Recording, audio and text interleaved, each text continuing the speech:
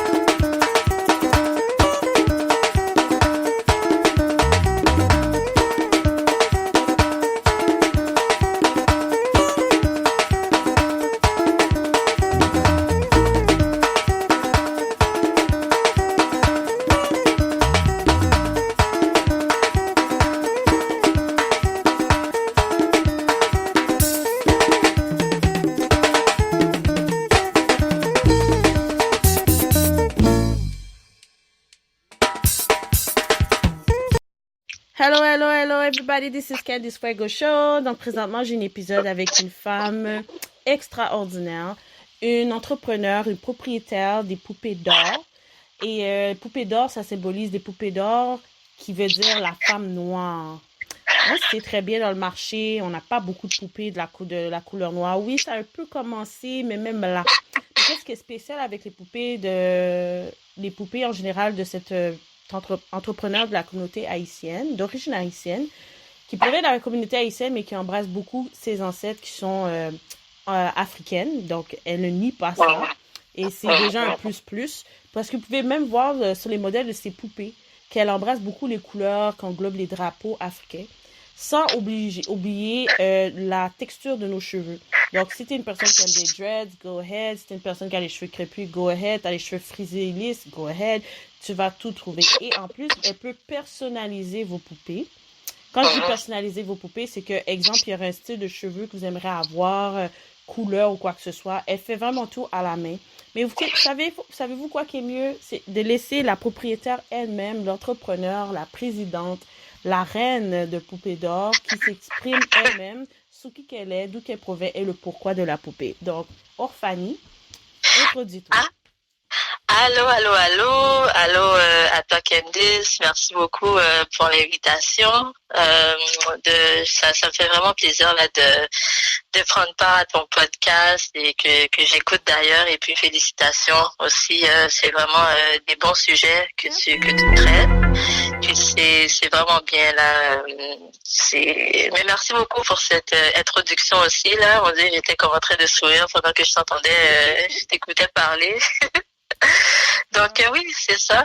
Donc moi c'est ça, c'est Orphanie, la fondatrice des Poupées d'or. Et puis comme tu dis, c'est ça, c'est des poupées que je personnalise pour leur donner vraiment cette apparence africaine, pour célébrer notre africanité, si tu veux dire, et pour nous rendre fiers de notre beauté, de ce qui fait de nous des belles personnes, nos cheveux crépus et puis notre peau noire. Et puis c'est vraiment dans le but de célébrer cette beauté-là, et autant pour les adultes que pour les enfants, beaucoup plus pour les enfants qui sont les premières personnes que je vise avec mes poupées, pour leur donner cette estime d'eux-mêmes dès le bas âge.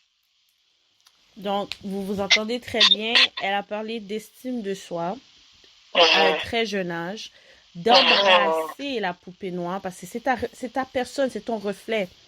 Donc, quand on avait des poupées, moi, je me rappelle, j'étais jeune, j'avais des poupées comme de la couleur blanchâtre, de race blanche. Puis mes cheveux étaient soirs, puis là, je brossais les cheveux soirs. Mais tu sais, j'étais aussi réaliste de mes cheveux. Tu sais, mes cheveux sont pas super comme raides, mais c'est pas sûr comme les poupées Barbie, là, Woman. Là, je jouais avec ces poupées-là, puis j'étais comme, bon, ok, les blanches, c'était toujours des poupées blanches, tout était toujours blanc, blanc, blanc. Mais c'était impossible d'avoir quelque chose qui était de couleur foncée. Puis c'est là que ça va nous amener à te connaître davantage en tant que propriétaire, le derrière du pourquoi les poupées d'or existent. Ceci, ici, je dis, l'estime de soi est la mission de la compagnie de poupées d'or. Selon toi, penserais-tu que l'âge de la femme en question qui aurait une poupée de couleur noire, ça pourrait développer son estime de soi graduellement ou sinon se reconnecter à son enfance? Est-ce que tu penses que c'est possible en tant que thérapie psychologique? Ben, écoute, l'estime de soi, là, c'est quelque chose qui se développe, mais qui se développe à tout âge.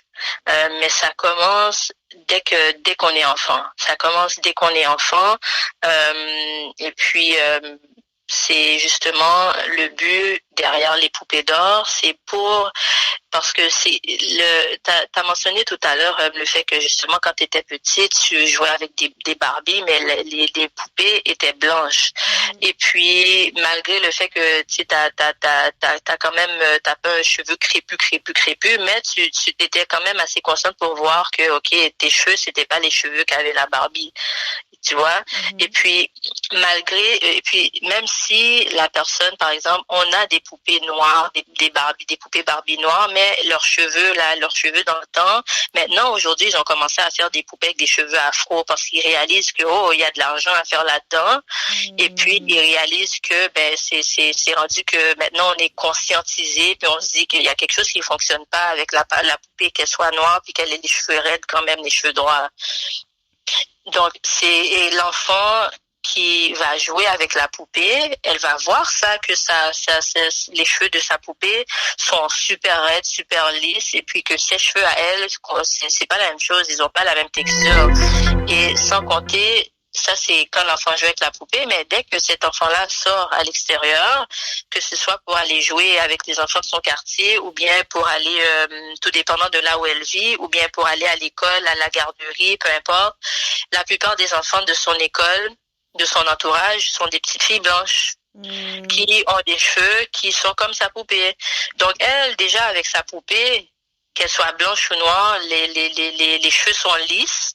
Elle sort, elle voit que toutes ses amies ont des cheveux lisses, mais elle, dans sa tête, elle va dire, moi, il y a quelque chose qui fonctionne pas, parce que moi, mes cheveux sont pas comme ça.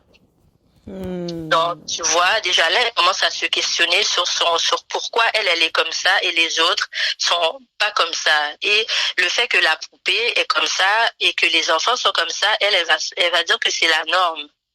Et que elle n'est pas la norme parce qu'elle se voit pas dans sa poupée. Tu vois, donc déjà là, l'estime de soi commence à être grugée un peu là. Donc, pour aller un peu plus en profondeur sur ce que tu viens d'apporter, tu as dit deux choses qui sont venues chercher mon attention. La norme et réaliser que ça ne fait pas partie des normes pour nous, les femmes noires. En sociologie et même en criminologie, on parle souvent de la race blanche. Et que tout ce que la race blanche fait, sont toujours selon les normes.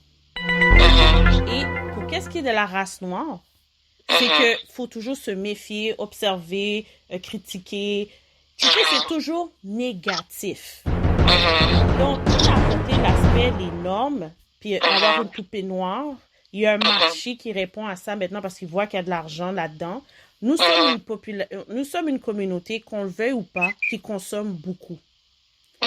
Puis dans cette consommation-là, malheureusement, encore une fois, on n'enrichit pas les bonnes personnes. Puis là, ça fait en sorte que ça devient une norme pour eux de dire, hey, ils essaient de créer un lien de confiance, malgré qu'on n'a pas de confiance entre nous. Donc, est-ce relatif à l'estime de soi? Probablement. Puis, par la suite, le lien de confiance se crée pour que tu consommes dans leur main. On te donne une garantie, un service hors pair, un service après le service reçu ou un service après-vente. Puis là, toi, tu te dis, moi, j'aime ça, tout ça, là. Malgré que la communauté noire a beaucoup amélioré son service à la clientèle, on va pas se le cacher de la génération. Les 2 dernières générations ont beaucoup travaillé sur le service à la clientèle. Donc, selon toi, les normes qui ont déjà été implantées bien avant, Tu veux bâtir l'estime de soi de la femme noire, la fille noire à la femme noire, avec les poupées de la couleur, de la peau brunâtre, je vais plutôt dire. Pourquoi? Parce qu'on n'est pas noir, en fait. Exact. Donc, si on a une peau brunâtre, selon toi, comment tu aperçois la société aujourd'hui dans la communauté noire face à toutes ces ouvertures, la télévision, plus en plus de reality shows avec des noirs, beaucoup de perruques pour conserver nos cheveux, pour aider la repousse, protective style, bla bla bla. Mais à la longue, là, est-ce que tu trouves que on est en train de vraiment évoluer ou on est en train de se dégrader en acceptant encore une fois notre culture? Mais tu vois, comme c'est qui détermine la norme, premièrement? Tu Ah. vois, c'est qui détermine la norme? C'est les Blancs. Et puis ça a été comme ça pour les 400, les dernières 400, 500 ans. Mhm. C'est eux là qui disent ce qui est beau, ce qui est laid, comment on vit, ton style de vie, voilà ce qui est considéré comme étant, ok, you're successful, t'as du succès dans ta vie, voilà à quoi ça doit ressembler. C'est eux ce qui est respectable ou pas, tout est basé sur leur point de vue, sur leur vision, leur manière de voir le monde. On regarde, nous, en tant que personnes, justement, afro-descendantes, on a été formatés pour regarder le monde à travers les yeux de l'homme blanc. Donc, quand tu regardes le monde extérieur, malheureusement, on t'a enlevé tout ce qui faisait de toi, toi. Donc, en tant que nous, personnes afro-descendantes, puis l'affaire, il faut faire la différence parce que il y a les Noirs qui sont afro-descendantes mais des Caraïbes, etc. Ceux qui ont été déportés hors de l'Afrique et il y a ceux qui ont jamais quitté l'Afrique. Donc, on est allé chercher même chez eux. Tu vois, il y a ces deux catégories là, même au sein de nous-mêmes, on n'est pas tous pareils. Donc, tu vois, mais malgré tout, le blanc, il a essayé justement de faire le même travail, autant avec ceux qu'il a pris de l'Afrique qu'il est allé mettre un peu partout, et ceux qui sont restés là-bas, parce que eux aussi, sur le continent, ils ont leurs propres défis à surmonter par rapport à la colonisation. Donc, c'est ça, nous, on regarde notre vision, elle est conçue là pour voir le monde selon les yeux, selon le mindset de l'homme blanc. Et c'est ça qu'il faut qu'on réalise, tu vois. Donc la norme qui les détermine, c'est le blanc. Donc c'est pour ça que dès le départ, ils te disent que ben si t'as pas les cheveux de telle manière, ben c'est pas beau parce que toi tes cheveux sont pas comme les miens. Si ta couleur de peau, ben plus tu te rapproches de la couleur de peau du blanc, ben mieux c'est pour toi parce que c'est eux qui sont considérés comme étant beaux. Même chose pour les tenues. C'est vraiment c'est ce que c'est ce que je vois, et on a été formaté là, puis c'est nous, nos parents, les parents de nos parents, et ainsi de suite avant ça.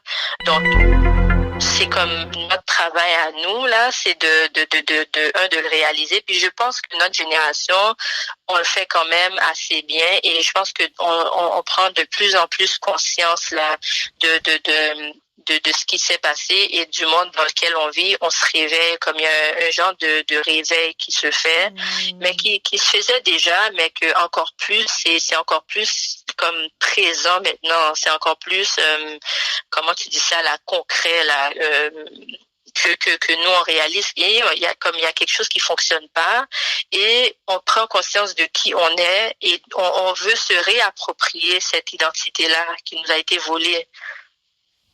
On est comme, je pense qu'on en est rendu au point où on en a assez. On se dit oui, nos parents ont vécu comme ça, nos grands-parents, eux, ils ont vécu comme ça. Est-ce que nous, on doit continuer de vivre avec ce mal-être là? Donc, tu confirmes que